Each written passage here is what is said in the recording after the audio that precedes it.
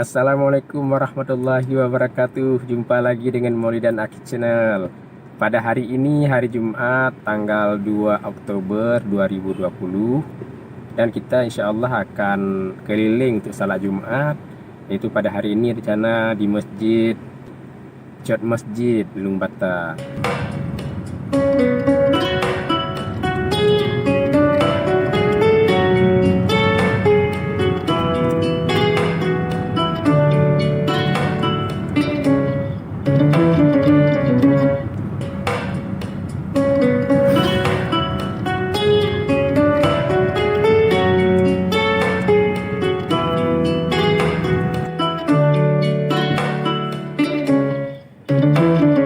Jadi guys, sudah kita lihat, sudah sampai kita di Masjid Lung Bata yang serba putih ya.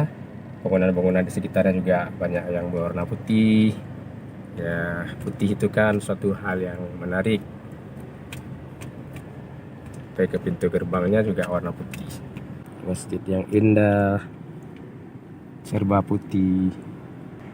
Innal hamdalillah nahmaduhu wa nasta'inuhu ونستغفره ونتوب إليه ونعوذ بالله من شرور أنفسنا ومن سيئات أعمالنا إنه من يهده الله فلا مضل له ومن يضلل فلن تجد له وليا مرشدا أشهد أن لا إله إلا الله وحده لا شريك له له الملك وله الحمد وهو على كل شيء قدير وأشهد أن محمدا عبده ورسوله اللهم صل وسلم على سيدنا محمد وعلى آله وصحبه أجمعين أما بعد فيا عباد الله أوصيكم ونفسي بتقوى الله فقد فاز المتقون وقال الله تعالى في القرآن العظيم أعوذ بالله من الشيطان الرجيم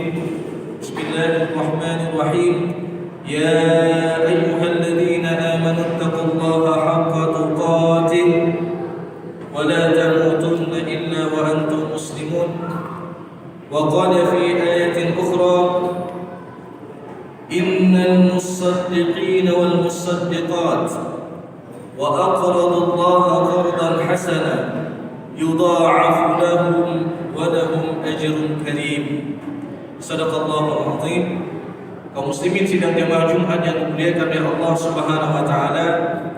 Pertama-tama marilah kita memanjatkan puji dan syukur kita kepada Allah Subhanahu wa taala atas limpahan rahmat dan karunia-Nya kepada kita, atas berbagai macam nikmat-nikmat yang telah Allah berikan kepada kita. Maka sudah sepantasnya kita meningkatkan ketakwaan kepada Allah dengan melaksanakan segala perintah-perintah Allah dan menjauhi segala larangan-larangannya. Salawat dan salam lupa pula kita sampaikan kepada Nabi besar Muhammad SAW, Rasulullah sebagai qudwah hasanah, Rasulullah sebagai suri tauladan yang baik yang patut kita contohi dalam kehidupan kita sehari-hari. Kaum muslimin sidang jemaah Jumat yang dimuliakan oleh Allah Subhanahu wa taala, ada satu amalan yang mana amalan ini sungguh sangat luar biasa, dan amalan ini sungguh bernilai di sisi Allah Subhanahu wa taala. Namun terkadang di mata manusia itu suatu amalan yang biasa-biasa saja.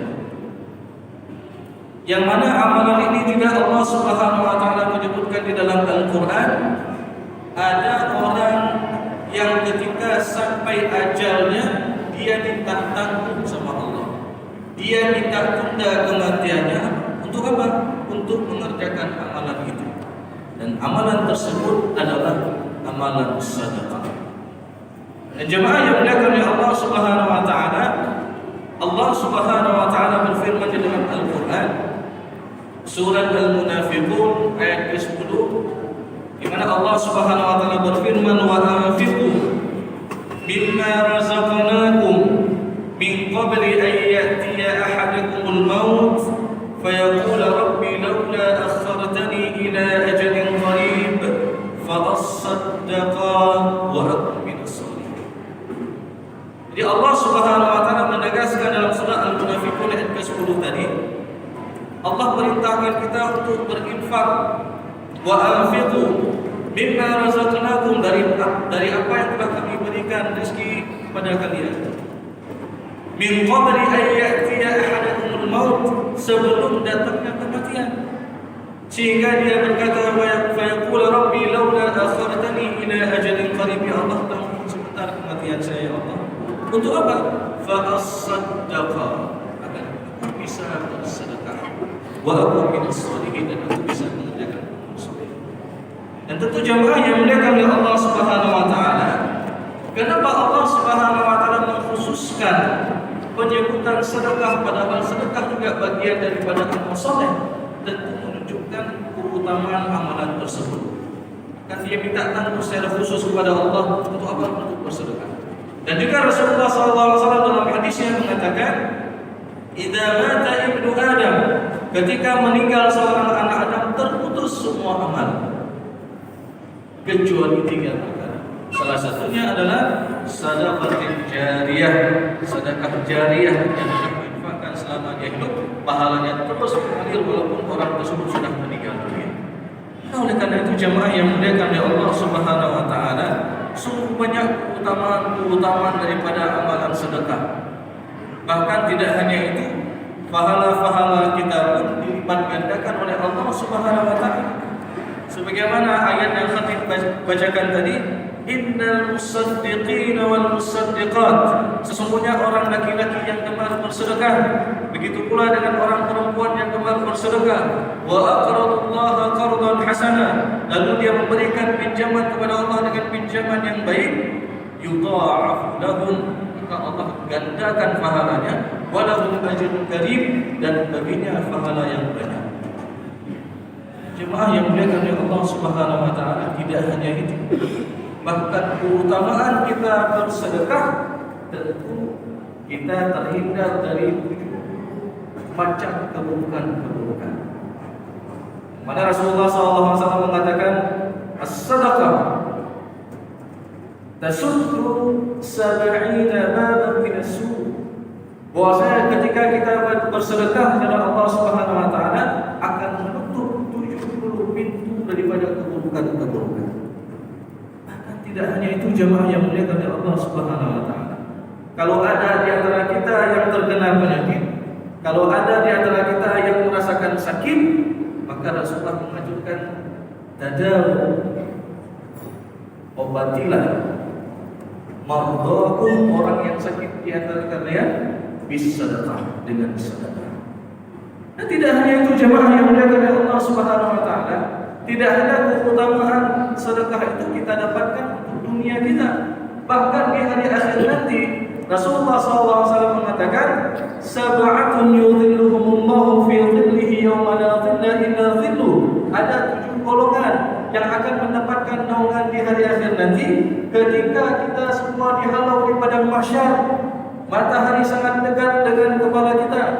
Bahkan dalam sebuah riwayat dikatakan ada orang yang teringatnya sampai ke mata kakinya, ada orang yang teringatnya sampai ke betisnya, ada orang yang teringatnya di padang mahsyar ketika itu sampai ke pinggangnya, sampai ke dadanya, bahkan ada yang tenggelam dengan keringatnya sendiri. Nauzubillah min dzalik. Tapi jemaah yang dimuliakan oleh Allah Subhanahu wa taala, ada 7 golongan yang mendapatkan payung di hari akhir nanti. Mereka tidak merasakan sama sekali kepanasan ketika di padang mahsyar. Mereka mendapatkan naungan daripada Allah Subhanahu wa taala. Salah satunya dari 7 golongan tersebut adalah rajulun tasaddaqa bi sadaqatin fa akhfaha hatta la ta'lamu shimaluhu ma tunfiqu yaminuhu. Seseorang yang gemar bersedekah, yang mana ketika dia bersedekah itu penuh dengan keikhlasan, dan dia tidak menyebut-nyebutkan pemberiannya tersebut, sehingga apa yang diberikan oleh tangan kanannya tidak diketahui oleh tangan kirinya. Itu menunjukkan jemaah yang dimuliakan oleh Allah Subhanahu wa taala, keikhlasan seseorang di dalam bersedekah. Maka dia akan mendapatkan naungan. Oleh karena itu jemaah yang dimuliakan oleh Allah Subhanahu wa taala, sungguh banyak keutamaan sedekah. Dan ini bisa kita praktekkan dalam kondisi kita pada hari ini. Kalau ada di antara kita yang di masa pandemi seperti ini, ada orang yang putus pekerjaannya, ada orang yang kehilangan pekerjaannya. Maka bagi orang-orang yang diberikan amanah harta oleh Allah Subhanahu wa taala, ini kesempatan kita fastabiqul khairat. Berlomba-lomba untuk berbuat kebaikan-kebaikan dengan harta yang telah Allah amanahkan kepada kita. Kita bantu saudara-saudara kita yang membutuhkan bantuan. Kita bantu tetangga kita yang membutuhkan uluran tangan. Dan ini merupakan ciri-ciri ketakwaan kita kepada Allah, di mana Allah Subhanahu wa taala berfirman di dalam surat Ali Imran ayat 133-134, "Wasari'u ila maghfiratin min rabbikum wa jannatin 'arduha as-samawati wal ardu u'iddat lil muttaqin." Allah suruh kita bersegera menuju kepada ampunan Allah, yang mana Allah telah mempersiapkan syurga seluas langit dan bumi. Siapa Allah persiapkan? U'iddat lil muttaqin, untuk orang-orang yang bertakwa. Lalu siapa yang dimaksud orang-orang yang bertakwa di dalam ayat ini? Alladzina yunfiquna fis sarai wad dharra. Ciri-cirinya adalah orang-orang yang gemar membantu orang lain. Ketika dia mendengar ada saudaranya yang membutuhkan bantuan, dia segera bantu. Ketika dia mendengar ada saudaranya yang membutuhkan uluran tangannya, dia segera bantu. Baik dia dalam keadaan lapang ataupun dalam keadaan sempit. Kalau ada yang bertanya, "Ustaz, saya hanya punya kemampuan 5.000 rupiah." Tidak masalah. "Ustaz, saya hanya punya kemampuan 2.000 rupiah." Tidak masalah. Kata Rasulullah mengatakan, "La tahqiranna minal ma'rufi syai'an." Jangan pernah kita anggap remeh sekecil apapun daripada suatu kebaikan yang kita lakukan. Maka oleh karena itu jemaah yang dimuliakan oleh Allah Subhanahu wa taala, ini kesempatan kita untuk terus fastabiqul khairat, untuk terus berlomba-lomba dalam berbuat kebaikan-kebaikan. Dan bagaimana dahulu para sahabat Rasulullah SAW, mereka terus berlomba-lomba dalam berbuat kebaikan. Bahkan ada sahabat yang ketika itu diberikan kekurangan harta, iri dan mengadu kepada Rasulullah tentang orang-orang yang diberikan kelebihan harta, yang mana hartanya itu mereka bisa beribadah, yang mana dengan hartanya itu mereka bisa bersedekah dan lain sebagainya. Ketika itu datang salah seorang sahabat yang bernama Abu Dzar kepada Rasulullah SAW dengan mengatakan, "Ya Rasulullah, zahaba ashabud dusur bil ujur." Ya Rasulullah, enak sekali orang kaya itu. Mereka sudah borong pahala-pahala semua. Kenapa demikian ya Rasulullah? Yusalluna kama nusalli ya Rasulullah. Mereka salat sebagaimana kami ini salat ya Rasulullah. Kami yang diberikan kekurangan harta ini salat ke masjid, mereka orang kaya pun salat ke masjid. Kami yang diberikan kekurangan harta ini salat tahajud di rumah, mereka juga salat tahajud di rumah mereka. Wa yasumuna kama nasum. Mereka berpuasa sebagaimana kami berpuasa juga ya Rasulullah. Kami puasa Senin Kamis, mereka juga puasa Senin Kamis. Tapi mereka punya kelebihan harta, yang mana dengan harta itu mereka bisa sedekahkan. Wa laysa lana malun natasaddaqu bihi, dan kami ini enggak punya harta bisa kami sedekahkan. Maka ini bagaimana ya Rasulullah? Ini menunjukkan jemaah yang mulia oleh Allah Subhanahu wa taala, bagaimana para sahabat mereka berlomba-lomba dalam berbuat kebaikan-kebaikan. Sehingga kalau ada yang bertanya apakah kita boleh iri kepada orang yang kaya, tentu kita lihat dulu orang kaya yang bagaimana. Yang mana Rasulullah SAW mengatakan, "La hasada illa fisnatain." Kita tidak boleh iri, kita tidak boleh hasad kecuali pada dua kondisi saja, pada dua tempat saja. Yang pertama, rajulun atahu Allahu Qur'anan wa huwa yaqra'u ana al-laili wa ana an-nahar. Seseorang yang diberikan kecintaan terhadap Al-Qur'an, yang mana dia senantiasa membaca Al-Qur'an di waktu pagi dan di waktu petang. Kalau kita ada melihat orang seperti itu, kita boleh iri dalam hal berbuat kebaikan. Sehingga kita bertanya, "Ya Allah, kapan saya pegang Al-Qur'an? Kapan saya terakhir baca Al-Qur'an?" Yang kedua, kata Rasulullah SAW, rajulun atahu Allahu malan, seseorang yang diberikan amanah harta oleh Allah Subhanahu wa taala, wa huwa yunfiqu ana al-laili wa ana an-nahar, yang mana dengan hartanya itu dia gemar bersedekah di waktu pagi dan di waktu petang. Maka kalau kita melihat ada orang kaya seperti itu, kita boleh ini dalam hal berbuat kebaikan-kebaikan, sebagaimana para sahabat tadi mengadu dan curhat kepada Rasulullah SAW tentang hal tersebut.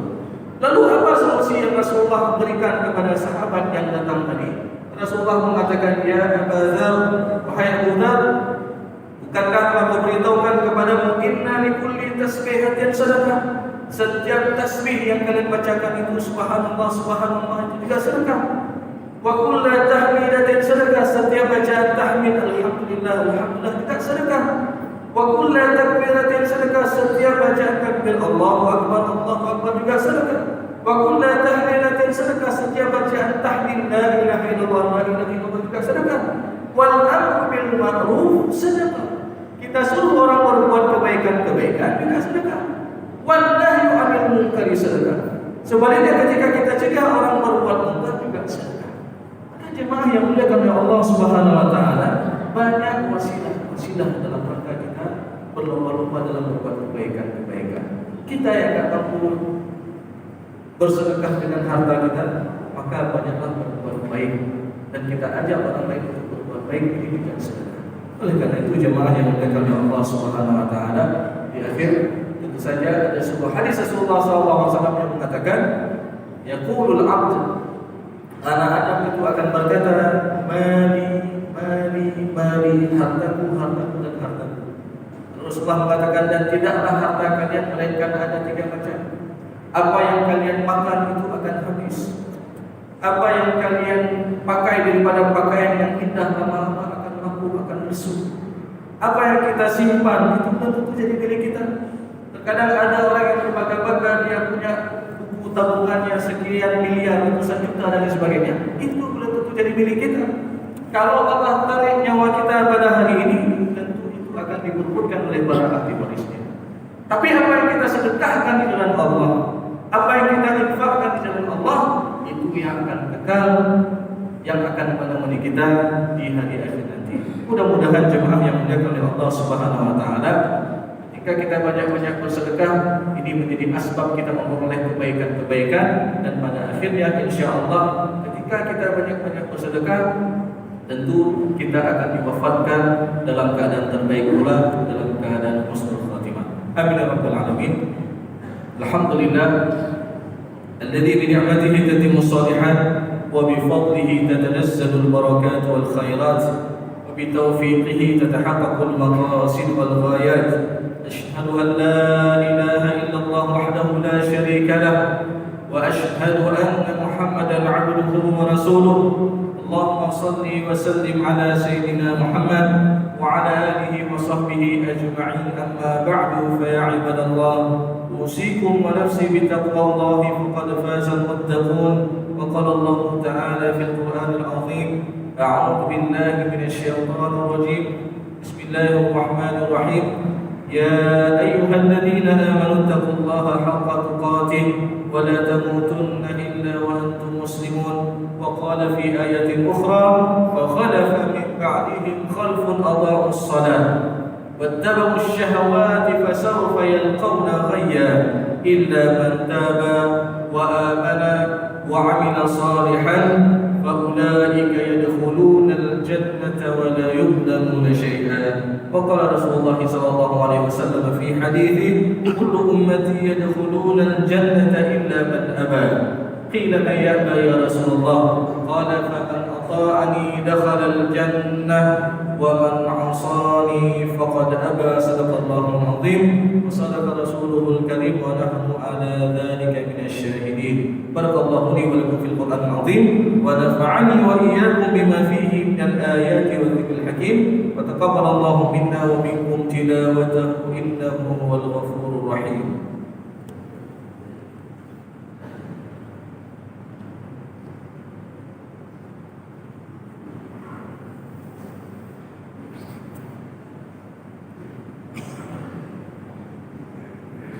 إن الحمد لله نحمده ونستعينه ونستغفره ونتوب إليه ونعوذ بالله من شرور أنفسنا ومن سيئات أعمالنا. إنه من يهده الله فلا مضل له ومن يضلل فلا هادي له. أشهد أن لا إله إلا الله وحده لا شريك له وأشهد أن محمدا عبده ورسوله. اللهم صل وسلم على سيدنا محمد وعلى آله وصحبه أجمعين. أما بعد، فيا عباد الله، أوصيكم ونفسي بتقوى الله فقد فاز المتقون.